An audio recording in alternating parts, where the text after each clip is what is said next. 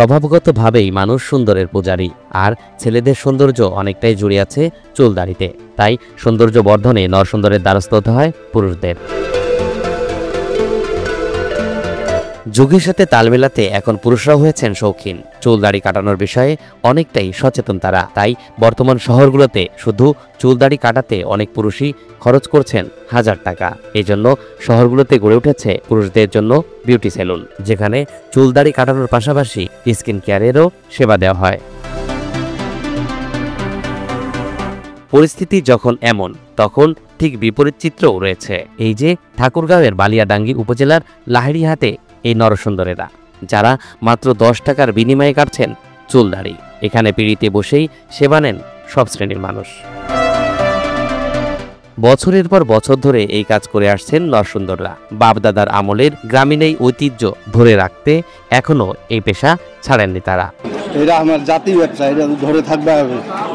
এটা তো চুলদাড়ি কাটা সব থেকে গরিব শ্রেণীরা কম রেটে পায়। 10 টাকা, 5 টাকা, 20 টাকা, 30 টাকা চুলদাড়ি কাটা। আগে তো আমরা 4 আনা 8 আনা 1 টাকা করে সেভ করি, এখন কাটিছি 10 টাকা করে সেভ, 20 টাকা 25 টাকা চুল কাটছি। নতুন এটা করে আসছি।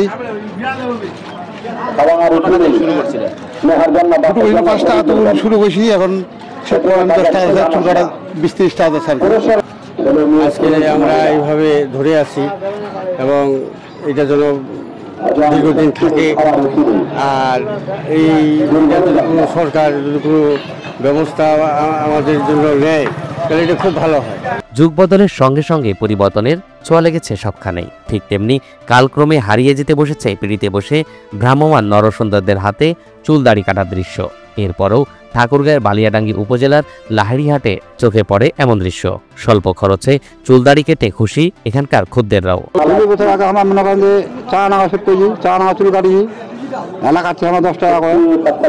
অন্য জায়গায় যাওয়া যায় না, অন্য জায়গায় গেলে 50 টাকা 60 টাকা লাগে। তো আমল থেকে করাই না বিক্রি করে আর কি, এই পেঁয়াজ বসে। আমি বহুদিন থেকে এখানে চুল কাটি। আমার মাটিতে চুল কাটতে আমাকে ভালো লাগে। মূলত হাটে নিত্য প্রয়োজনীয় পণ্য কিনতে আসা স্বল্প আয়ের মানুষেরা এই নরসুন্দরদের খদ্দের। সপ্তাহে 2 দিন হাটে পিড়িতে বসে চুলদাড়ি কাটেন ওই নরসুন্দররা।